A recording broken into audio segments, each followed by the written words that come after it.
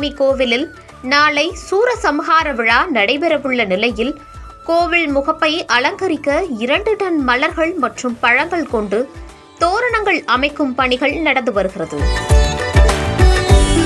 முருகனின் அறுபடை வீடுகளில் 2ஆம் படை வீடாகவும் சிறந்த சுற்றுலா தலமாகவும் விளங்குகிறது திருச்செந்தூர் சுப்பிரமணிய சாமி கோவில். இந்த கோவிலுக்கு நாள்தோறும் ஏராளமான பக்தர்கள் வருவார்கள். அது மட்டுமில்லாமல் திருவிழா நாட்கள் மற்றும் விடுமுறை தினங்களில் பல்வேறு பகுதிகளில் இருந்து லட்சக்கணக்கான பக்தர்கள் வருகை தருவார்கள்.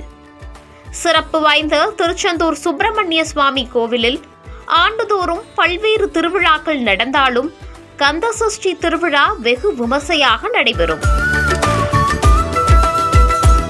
இந்த விழாவிற்கு தமிழகத்தின் பல்வேறு பகுதிகளில் இருந்து மட்டுமல்லாமல் இந்தியாவின் பல்வேறு மாநிலங்களில் இருந்தும் வெளிநாடுகளில் இருந்தும் ஏராளமான பக்தர்கள் வருகை தருவார்கள்.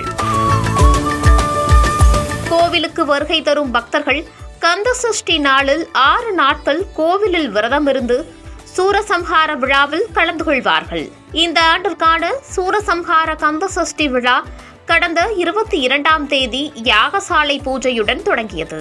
நாளை விழாவின் முக்கிய நிகழ்வான சூரசம்ஹாரம் கோவில் முன்புள்ள கடற்கரையில் மாலை 4:30 மணிக்கு மேல் நடைபெற உள்ளது.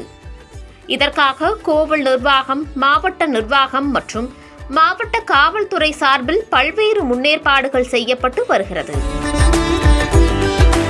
கோவிலுக்கு வருகை தரும் பக்தர்களின் பாதுகாப்பு வசதிக்காக 4000த்திற்கும் மேற்பட்ட போலீசார் பாதுகாப்பு பணியில் ஈடுபட உள்ளனர்.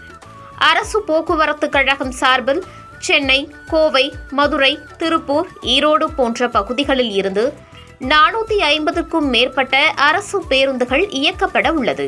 கோவிலை சுற்றி 250க்கும் மேற்பட்ட சிசிடிவி கேமராக்கள், 2 ட்ரோன் கேமராக்கள் மூலம் கண்காணிப்பு பணியை காவல்துறையினர் தீவிரப்படுத்தியுள்ளனர்.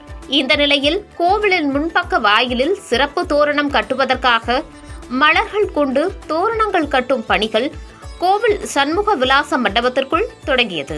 செவ்வந்தி, சம்பங்கி, கிரேந்தி உள்ளிட்ட பல்வேறு வண்ண மலர்களால் 2 டன் எடை கொண்ட மலர்கள் கொண்டு தோரணம் கட்டும் பணிகள் தீவிரமாக நடந்து வருகிறது. அது மட்டுமல்லாமல் அன்னாசி பழம், ஆரஞ்சு பழம், கரும்பு மற்றும் சோளக்கதிர்கள் கொண்டு சிறப்பு தோரண அலங்காரம் செய்வதற்கான பணிகளும் நடந்து வருகிறது. இந்த பணியில் சுமார் 50க்கும் மேற்பட்ட பணியாளர்கள் ஈடுபட்டுள்ளனர்.